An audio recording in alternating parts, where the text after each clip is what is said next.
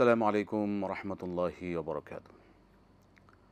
আলহামদুলিল্লাহ রব্বিল আলমিন ওসলাত ওয়াসসালামু আলা রসুলিহিল করিম খাতামান নবিয়্যিন নবিয়্যিনা মুহাম্মদ ওয়া আলা আলিহি ওয়া সাহবিহি আজমাইন। সুপ্রিয় দর্শক, আপনারা পৃথিবীর যে প্রান্ত থেকে এই মুহূর্তে টেন বাংলা টিভি স্ক্রিনের সামনে আছেন, সকলকে স্বাগত জানাচ্ছি। অত্যন্ত এই কঠিন হৃদয় নিয়ে খুব মর্মান্তিক যে গতকাল দুর্ঘটনা হয়ে গেল মাইলস্টোন স্কুলের বিমান দুর্ঘটনায় যে সকল শিশু কিশোর যারা আহত নিহত হয়েছেন, এই কারণে আমরা সকলে খুব শোকাহত, খুবই মর্মাহত। কারণ এই শোক আসলে সহ্য করার মতন শক্তি আল্লাহ পাক আমাদেরকে দান করুন। স্বাগত সকলকে। প্রিয় দর্শক, আমরা যে যেখানে আছি প্রত্যেক অবস্থান থেকে দোয়া করি এই শোক সন্তপ্ত পরিবারগুলো, যাদের সন্তান তারা স্কুলে গিয়ে বাসায় ফেরার কথা, সেই অবস্থায় তাদের এই মর্মান্তিক মৃত্যু, এটা কখন এটা কল্পনা হতে পারে না, মানুষের কখনোই আশা করতে পারে না। আমরা একদম আমাদের ভাষা নেই তাদেরকে সান্ত্বনা দেওয়ার মতো। একটা দোয়া করতে পারি তাদের কাছে যে আল্লাহ এই পরিবারগুলোকে আপনি আল্লাহ সবর দেন, ধৈর্য দেন। আল্লাহ সন্তান হারায় পিতা মাতা আত্মীয় স্বজন, তাদেরকে আল্লাহ আপনি এর উত্তম বিনিময় দান করুন। যারা চলে গিয়েছে মাসুম শিশুগুলো, আল্লাহ তাদেরকে উত্তম মর্যাদা আল্লাহ আপনি দান করুন। যারা এখনো এই পোড়া শরীর নিয়ে বিছানায় কাতরাচ্ছে, আল্লাহ তাদেরকে আল্লাহ আপনি সুস্থতা দান করুন। তাদের এই সময়টা সহজ করে দেন, তাদেরকে দ্রুত সুস্থতা দান করুন। প্রিয় দর্শক, আমরা আজকে দোয়া করি প্রত্যেক অবস্থান থেকে আমন্ত্রণ জানাচ্ছি সকলকে। আজকে কি অনুষ্ঠান করব, আমরা আজকে আপনাদের কাছ থেকে দোয়া চাই, সকলে দোয়া করব প্রত্যেক অবস্থান থেকে। আমি আছি আপনাদের সাথে কেম ফিরোজ, আমাদের সাথে আছেন শেখ ডক্টর শহীদুল ইসলাম বারাকাতে হাফিজাহুল্লাহ। আসসালামু আলাইকুম ওয়া রাহমাতুল্লাহি ওয়া বারাকাতুহু। ওয়ালাইকুম ইন্না লিল্লাহি ওয়া ইন্না ইলাইহি রাজিউন। প্রিয় দর্শক, আমরা প্রত্যেকের অবস্থান থেকে আমরা বেশি বেশি দোয়া করি তাদের জন্য। আল্লাহ পাক আমাদের যেন ভবিষ্যতে এরকম বিপদ থেকে আমাদেরকে হেফাজত করেন। কেউ আমরা এরকম অনাকাঙ্ক্ষিত এই হঠাৎ এই বিপদ আমাদের কারোই কাম্য নয়। এই বিপদ যেন আমাদের জীবনে কারো জীবনে না আসে। আল্লাহ পাক আমাদেরকে হেফাজত করুন। এই দেশের উপর আল্লাহ আপনি শান্তি দান করুন। আবারও দোয়া করছি এই শোক সন্তপ্ত পরিবার যারা, এই আহত নিহত পরিবার যাদের স্বজনকে হারিয়েছেন, প্রিয়জনকে হারিয়েছেন, নিজের সন্তানদেরকে হারিয়েছেন, যারা এখন অনেকে নিখোঁজ আছেন, আল্লাহ পাক প্রত্যেককে এই পরিস্থিতিটাকে আল্লাহ আপনি সহজ করে দেন, স্বাভাবিক করে দেন আল্লাহ পাক। এবং এদেরকে সবচেয়ে বড় এই মুহূর্তে যেটা দরকার, ধৈর্য দরকার, আমাদের সবর দরকার। আল্লাহ প্রত্যেককে সবরে জামিল দান করুন, উত্তম বিনিময় দান করুন।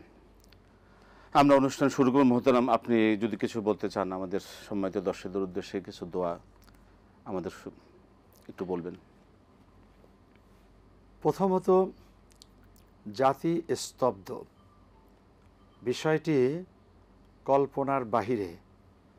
পৃথিবীতে বড় বড় যুদ্ধ হয়ে যায়, সেখানে দেখা গেল যে হাজার হাজার ফাইটার চলে, কিন্তু একটা পাইলট মারা যায় না।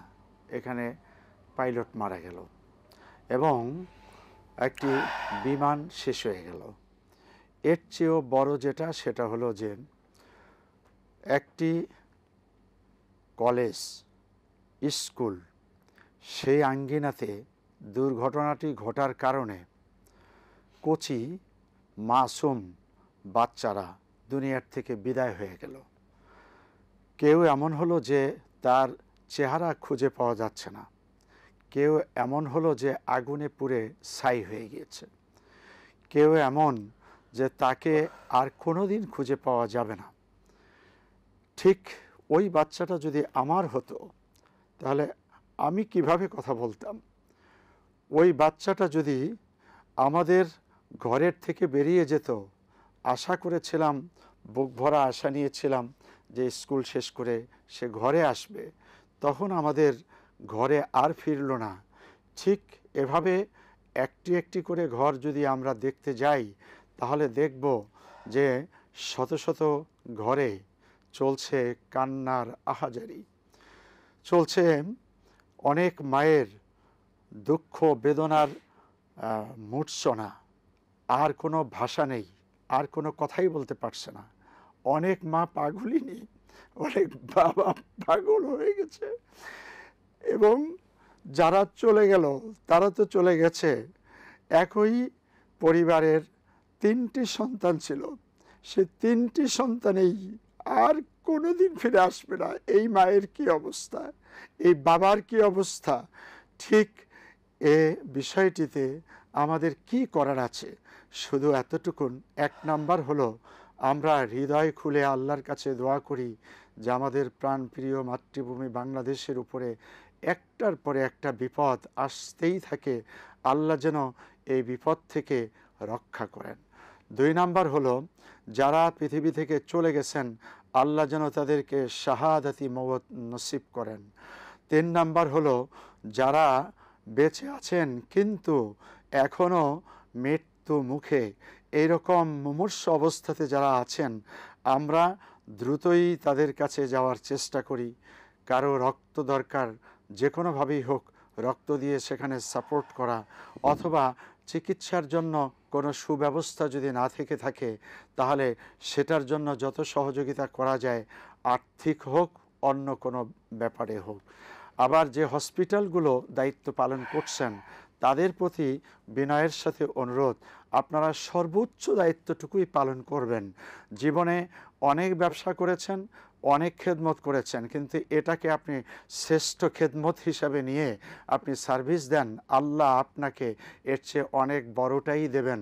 কিন্তু দুঃখজনক এর মধ্যেও গতকালকে আমরা আসলে এই বিপদ থেকে আমরা শিক্ষা নেব। জি, আমাদের গতকালকে একটা কথা না বলেই নয়, গতকালকে এরকমও ঘটেছে। এরই মধ্যে, এই বিপদের মধ্যে কিছু বন্ধুরা সিএনজি চালক বা অন্যান্য চালক, তারা সেই সময় 1000 টাকার কমে এখান থেকে যাব না, এই জাতীয় কথাবার্তা। এটা এই জাতির জন্য দুঃখজনক। যখন এই বিপদ আসে, বিপদের সময় কিছু মানুষ সুযোগ সন্ধানী, স্বার্থান্বেষী, তারা তাদের স্বার্থের জন্য পাগল হয়ে ওঠে। এটা উচিত নয়, এটা জাতির বিপদের জন্য আরও একটা কারণ।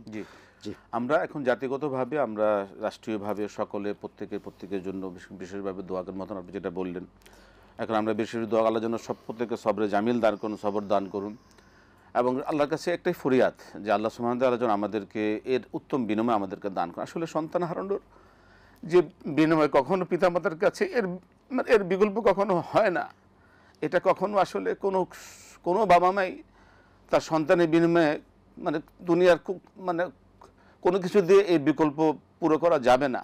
তবু আল্লাহর কাছে ফরিয়াদ, আল্লাহ যেন এই সন্তান যাদেরকে আল্লাহর কাছে চলে গেছেন, এটা যেন তাদের জন্য নাজাতের ওসিলা করে দেন আল্লাহ সুবহানাহু ওয়া তাআলা।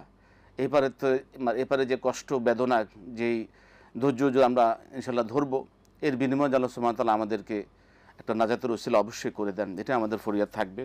মোহতারাম, আমরা আমাদের দর্শক অনেক অপেক্ষা আছেন, আমরা তাদের কাছ থেকে কিছু শুনবো। জি মোহতারাম, বলবেন, যে কে আছেন দর্শক বলবেন। আসসালামু আলাইকুম। আসসালামু আলাইকুম। ওয়ালাইকুম আসসালাম ওয়া রাহমাতুল্লাহি ওয়া বারাকাতুহু।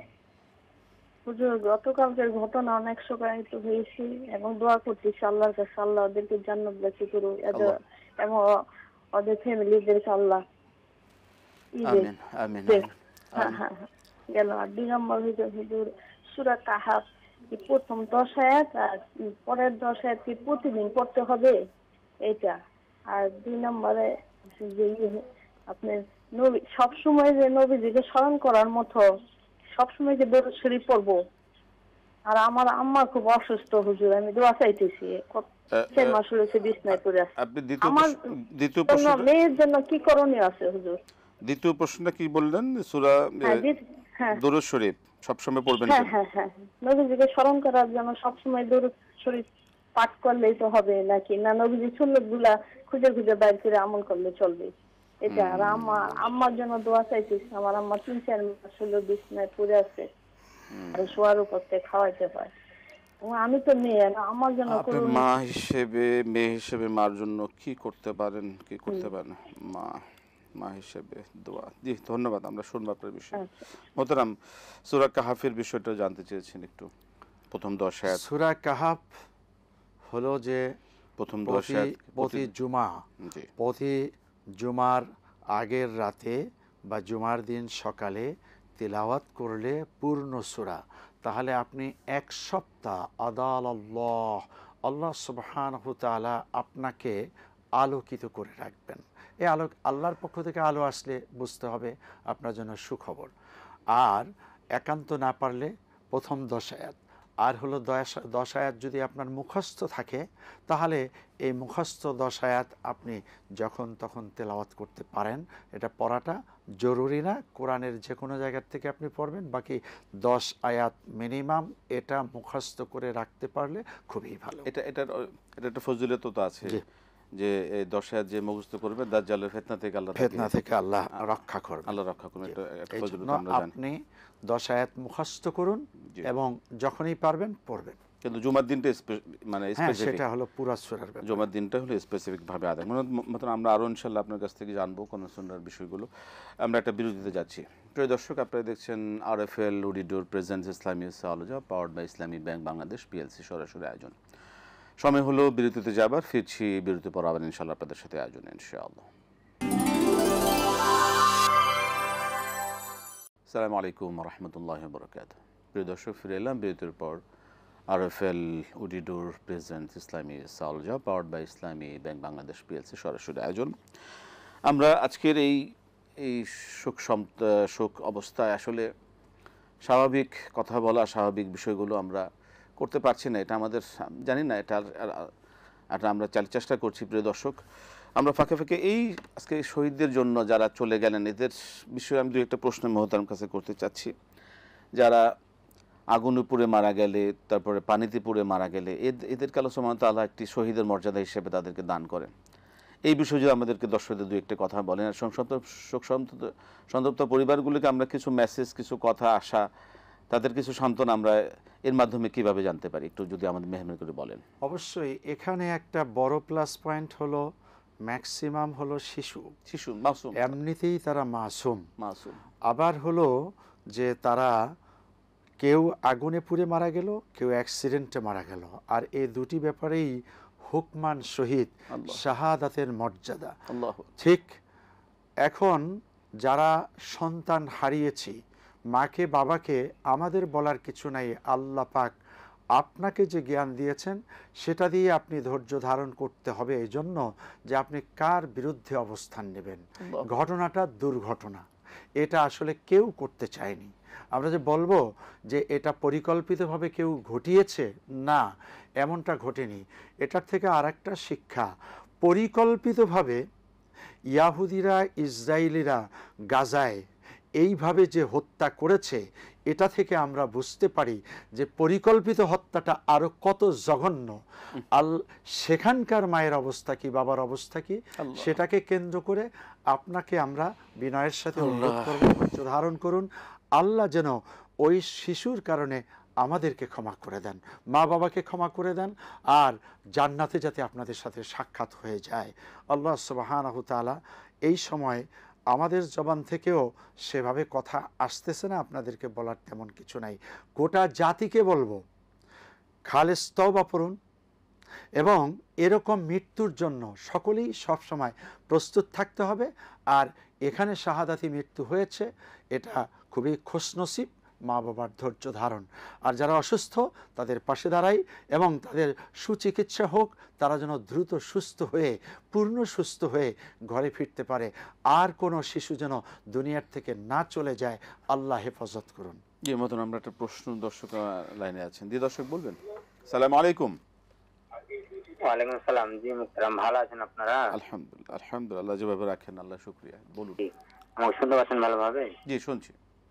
জি, আমার 4টি প্রশ্ন আছে। আমার প্রথম প্রশ্ন হলো যে আমরা যে উযু সালাত, উযু করলে সালাত আদায় করতে হয় এবং মসজিদে প্রবেশ করলে 2 রাকাত সালাত আদায় করতে হয়। তো উযু সালাত এবং মসজিদে 2 রাকাত সালাত, দুটি সালাত এক নিয়াতে আদায় করা এটা যাবে কিনা, এটা একটু বলবেন।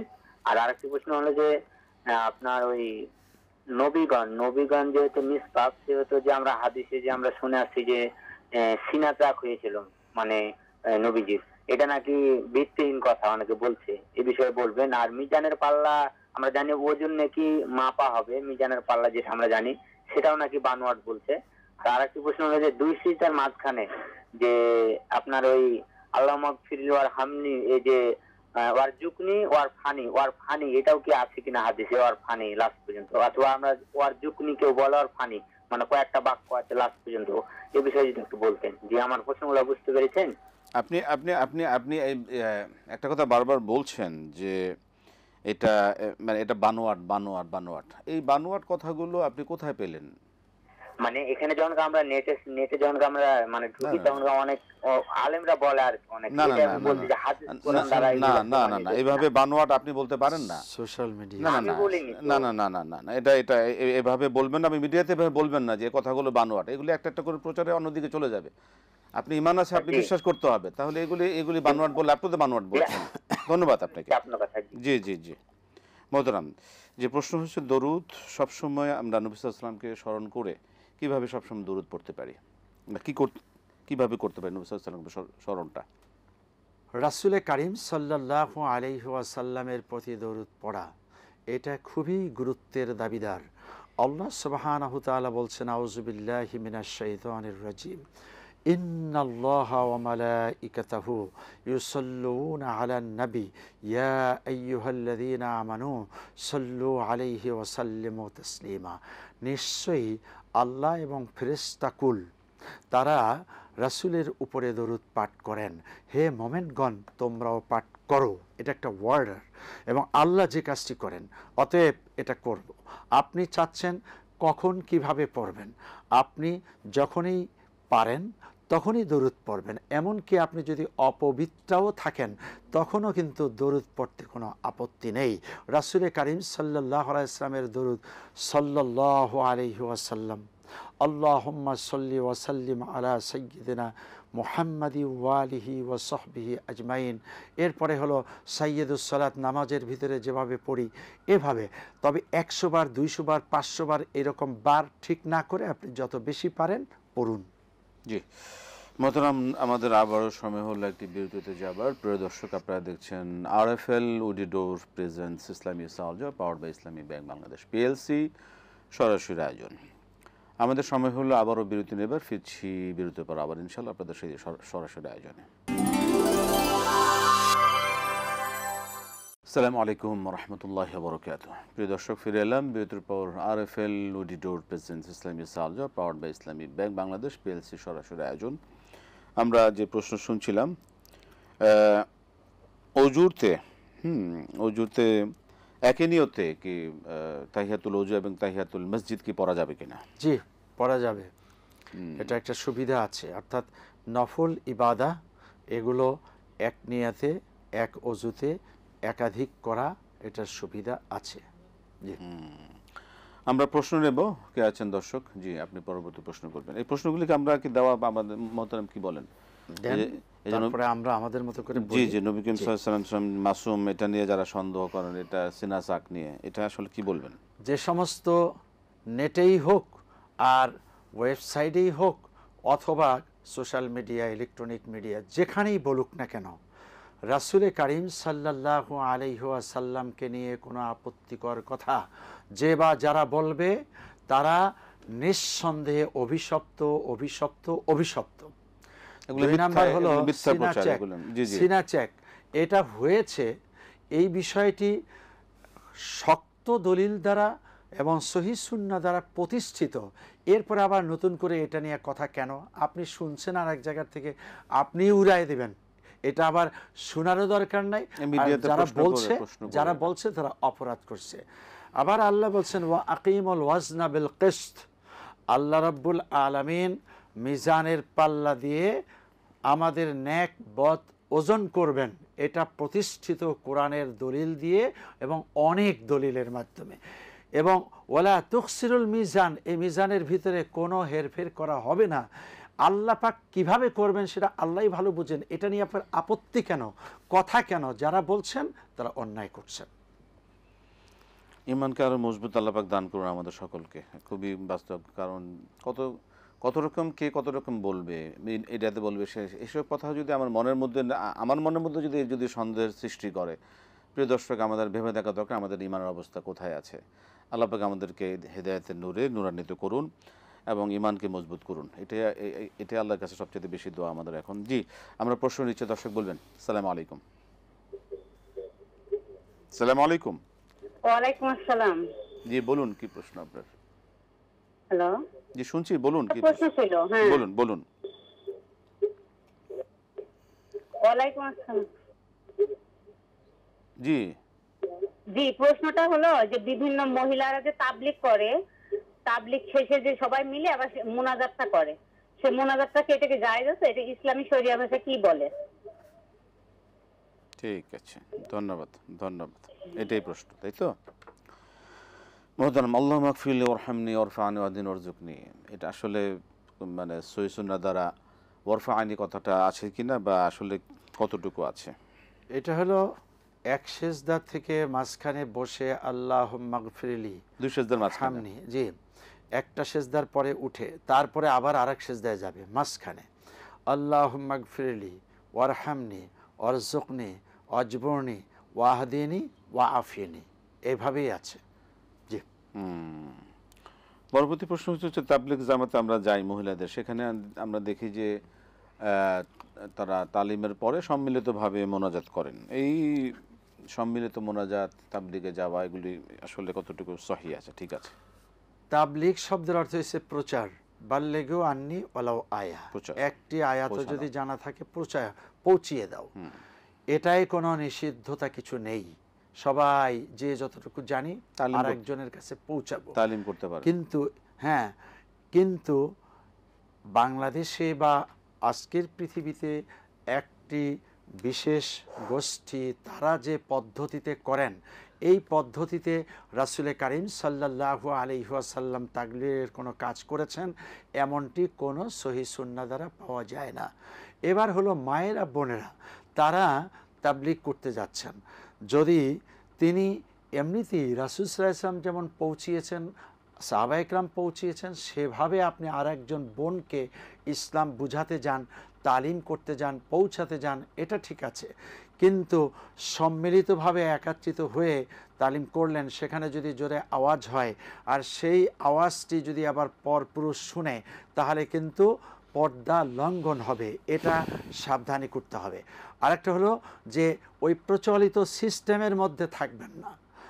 এখানে যে কাজটি হবে সেটা যেন যে হাদিসগুলি সনদ ভিত্তিক শক্ত এমন হাদিস প্রচার হয়, কোরআন দিয়ে কথাবার্তা বলা হয়, আজগুবি কিছু কথাবার্তা অথবা জাল সাজ মুনকার হাদিস দিয়ে কোনো কিছু না হয়। শেষে দোয়া করা, আচ্ছা একাত্রিত হয়ে কোনো জায়গায় দোয়া, এই দোয়াটি নামাজের পরে ডানে বামে সালাম ফিরিয়ে সাথে সাথে দোয়া, এটা ঠিক নয়। কিন্তু কোনো একটা মজমা শেষ করে হলো রাসূল সাল্লাল্লাহু আলাইহি ওয়াসাল্লাম আশহাদু আল্লা ইলাহা ইল্লাল্লাহ বলে যে দোয়াটা করেছেন, ওই দোয়াটি করা। হ্যাঁ, হাত তুলেও যদি বিশেষ কোনো কারণে দোয়া করতে চান, রাসূল সাল্লাল্লাহু আলাইহি ওয়াসাল্লাম বিশেষ কারণে হাত তুলেছিলেন। একটা হলো বদরের যুদ্ধের আগে রাসূল সাল্লাল্লাহু আলাইহি ওয়াসাল্লাম হাত তুলে উপরের দিকে দোয়া করেছিলেন, বগল মোবারক দেখা গিয়েছিল, কোরআন দ্বারা প্রতিষ্ঠিত, সেটা একটা বিশেষ সময়। আর হলো ইস্তিসকা, অর্থাৎ যখন বৃষ্টির জন্য দোয়া করা হয় তখন হাত তুলে মোনাজাত, এছাড়া হাত তুলে মোনাজাত দেওয়ার আর কোনো বিধান পাওয়া যায় না। জি, প্রিয় দর্শক, আমরা অনুষ্ঠানের শেষ পর্যায়ে প্রায় চলে এসেছি। আসলে যে মজলিসের একটা আদব থাকে, আমরা সেটা দোয়া আমরা সকলে জানি, সুবহানাকাল্লাহুম্মা ওয়া বিহামদিকা আশহাদু আল্লা ইলাহা ইল্লা আনতা আস্তাগফিরুকা ওয়া আতুবু ইলাইক। যে কোনো মজলিস থেকে শেষ করার পরে মজলিসের কাফারা বলা হয় এটাকে মজলিসের কাফারা আদায় হয়ে যায় এবং মজলিসটা দিনই মজলিস হিসেবে আল্লাহর কাছে কবুল হওয়ার জন্য এটা সুন্নাহ, রাসূল সাল্লাল্লাহু আলাইহি সুন্নাহ। এরপর সম্মিলিত মোহতারাম যেটা বললেন, কারো যদি কেউ সকলে মিলে দোয়া করে, এটা আমরা সেই ক্ষেত্রে অবস্থার আলোকে সেটা আমরা সিদ্ধান্ত নিব। মোহতারাম, আমরা আজকের সময় পাচ্ছি না, আপনাকে অসংখ্য ধন্যবাদ। জাযাকাল্লাহু খাইর, বারাকাল্লাহু ফীকুম। শুকরান, জাযাকুমুল্লাহ। আমরা শোকাহত, মর্মাহত এবং দোয়া করি। আল্লাহ পাক হেফাজত করুন। প্রিয় দর্শক, আজকে শেষ করতে হচ্ছে, বিদায় নিচ্ছি। আবারও সকলের কাছে দোয়া চেয়ে, বিশেষ করে যারা গতকাল এই দুর্ঘটনায় নিহত হলেন, তাদের পরিবার যারা আছেন, যারা অসুস্থ আছেন তাদের পরিবার যারা আছেন, প্রত্যেককে আল্লাহ সবরে জামিল দান করুন, এর উত্তম বিনিময় দান করুন। অসুস্থ যারা আছেন তাদের পেছনে রাষ্ট্রসহ প্রত্যেকের অবস্থান থেকে আমরা যারা আছি দোয়া করব, রাষ্ট্র যেন তাদের জন্য সর্বোচ্চ ব্যবস্থা তাদের জন্য গ্রহণ করে, আমাদের পক্ষ থেকে অনুরোধ রইল। এবং আল্লাহ পাক যেন আমাদেরকে ভবিষ্যতে এই জাতীয় বিপদ, ফিতনা, ফাসাদ থেকে আমাদেরকে আল্লাহ পাক হেফাজত রাখেন, এই আশাবাদ ব্যক্ত করে দোয়া করে আজকের অনুষ্ঠান থেকে বিদায় নিচ্ছি। আসসালামু আলাইকুম ওয়া রাহমাতুল্লাহি ওয়া বারাকাতুহু।